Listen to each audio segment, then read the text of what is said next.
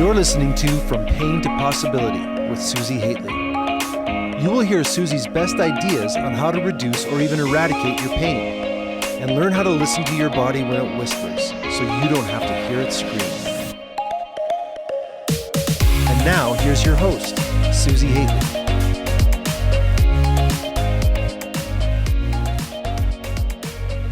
With this episode, I want to dig into compensation patterns. As someone who utilizes yoga therapeutically from a foundational base of kinesiology and biomechanics, I love the physical plane reality of movement. Either the body moves or it doesn't. It's either moving into flexion and extension or it's not. You're either breathing or you're not. In this case, the body does not lie. It's actually doing the thing we want it to do or it's not. So it provides a very clear understanding of what's working and what's not working. So when we're looking at what compensation is, we're looking at what extraneous patterns are we utilizing to get the desired movement accomplished. So where are we bracing? Where are we gripping? Where are we utilizing other parts of our body in order to get the job done? And when I can clear up those extraneous patterns, I can help someone become more efficient in their movement. I can help them become more optimal in their movement.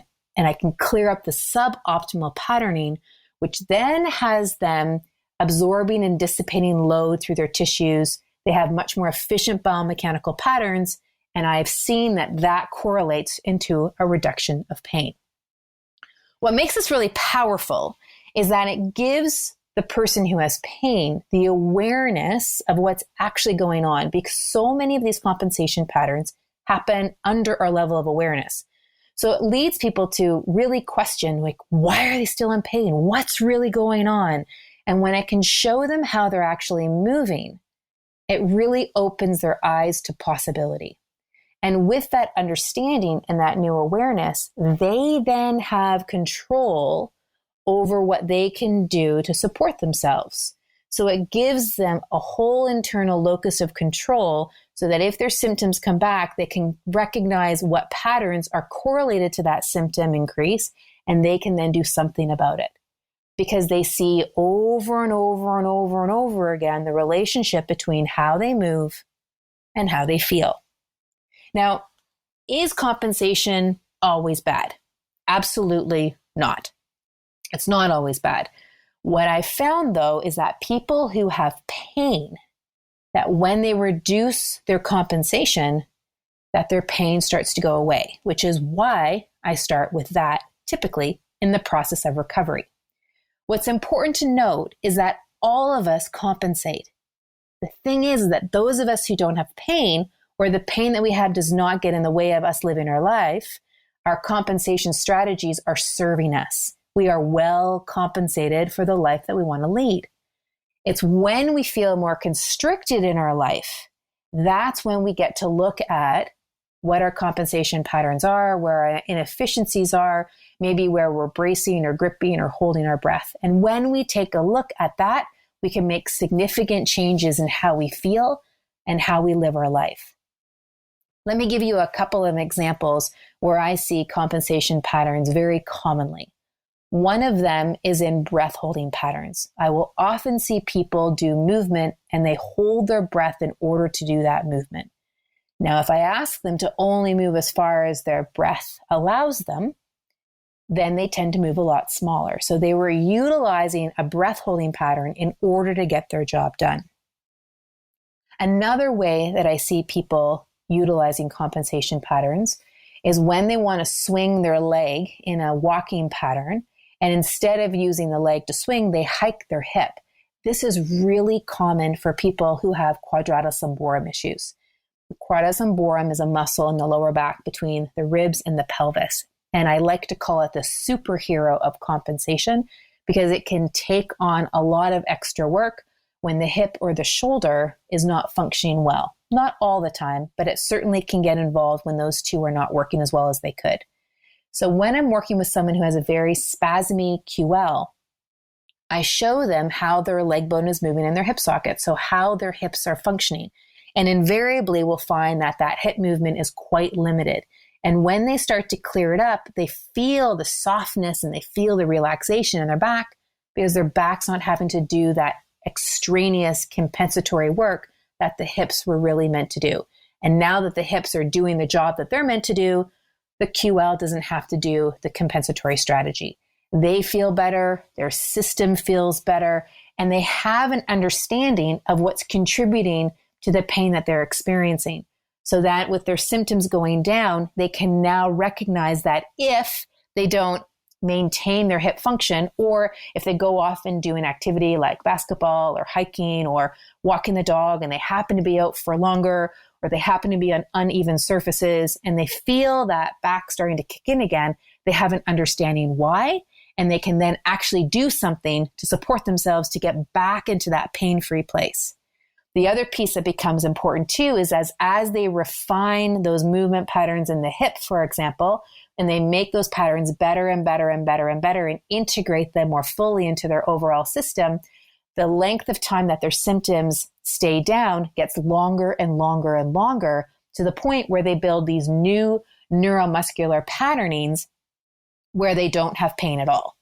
So it's very powerful for someone to first become aware of how they're moving and then integrate that awareness into their movement patterns. It's really powerful to be able to resolve the problem that actually exists rather than the problem that you think exists.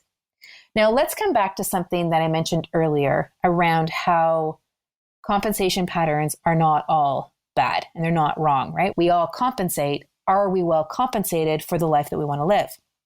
Let's say you're out for a run and you sprain your ankle and you have to get back home. You are going to hobble or limp your way back home. That is a compensation. And that is really, really good because you have to get home. If you didn't compensate, you'd be sitting on the side of the road waiting for someone to pick you up.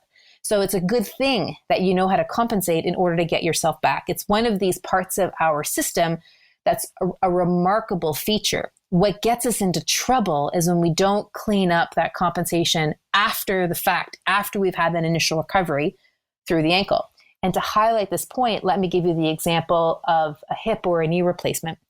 A lot of times when I'm working with people to help them recover from a hip or a knee replacement, we will help them with their overall mobility and stability of the hip that had the surgery, but also spend a really good deal amount of time on all the other areas of the body that were compensating while the person was waiting for surgery. Because while the person was waiting for surgery, that joint was in pain. There was damage. The brainstem didn't want to load through that damaged tissue because it hurt. So it found other ways through the opposing joint or further up the chain in the rib cage or through the shoulder girdle to find other ways to lift up and out of that area with pain. So it's important that if you want to have success, not only is it success of the surgery itself, but also after the surgery and the recovery process, that you improve the entire system's movement patterns in addition to the movement of the damaged joint. It's really, really vital. And a lot of people miss out on the recovery of all of the body that was helping that injured joint in the first place. And when you don't do that, then you can have these cyclical patterns. And then that hip that had been replaced, other complications can happen, whether at that hip itself or further up the chain in other areas, simply because those inefficient movement patterns, those suboptimal patterns, weren't resolved. And so you can do a lot of good for yourself when you pay attention to the whole system in addition to that injured joint. Now, there's one more piece to this compensation conversation that I think is fascinating and really important. And it's where we blend the biomedical view with the whole person or biopsychosocial view. When I see clientele who are compensating and who have pain, oftentimes I will see their personality or their characteristics inside of how they move. So I tend to see people who have a lot of drive and ambition. They're really good at pushing aside symptoms. If they've been challenged or been proverbially knocked down, they know how to pull up their bootstraps and get back up again and dust themselves off and carry on. They know how to get the success that they want to get. They've got a drive and ambition. They know what they want and they want to go get it, which is great. It can also put them into a bit of a pickle if they've got an injury and they keep pushing aside symptoms in order to do their marathon running or in order to do their work goals or in order to do the fill in the blank outcome. And that will start to break down on them. And they'll be frustrated because their typical strategies of pulling themselves up by the bootstraps and compensating and carrying on are no longer working. Now, they don't realize that they're compensating. They're just doing themselves. They're just doing them. So when I'm working with them and I'm seeing this and I'm seeing this desire to really push through or to get a big stretch, I get a little excited because I'm actually seeing them. I'm seeing who they are, and I'm seeing how who they are, while it has contributed in part to the pickle that they're in, it is also going to contribute to getting them out of that situation and into a place of recovery and of healing. And I think this is really important because I'll also see these same clientele who will tell me that other professionals have said, you really have to give up this, or you really have to stop being this way. Whereas I don't see it that way. I actually see that the very characteristic that has been successful for them through their life, and sure, it might not be entirely successful for them in this current piece of their life, meaning their pain or their strain or their burnout, it will be the thing that gets them out. And how I explain this to them is that I'm helping them channel it in a way that really serves them. So initially, when they start to realize how they actually move, which is often a lot smaller than they really realized, what I'm showing them is the reality of the situation. And I let them know that when you get real about the way you're actually moving, you can actually solve the problem that is. As I like to say, where the pain is not the problem. The problem lies under the level of awareness. So when you really get, when you get clarity on what is working, you can really resolve the actual problem. When you don't have clarity, when you're unaware, you can't solve the thing you're unaware of. So I really bolster up this idea of when you're aware, yep, it sort of sucks becoming aware of what you're becoming aware of, but at least you're now aware of reality and you can sort it out. Now, when these guys, with the drive and ambition that they have, they're all over it. Sure, they don't really like what they're becoming aware of, but now they know what to solve and they can put their drive and ambition into solving that problem. And then what ends up happening is they start to clue in on a much subtler level, the whispers, the signals that are letting them know how far they can push, maybe when they should back off. And they get a better and better understanding of how to really utilize their energy for good. So they've learned how to channel their drive and ambition in a way that really, really serves them. And that will propel their recovery and their healing trajectory very, very quickly.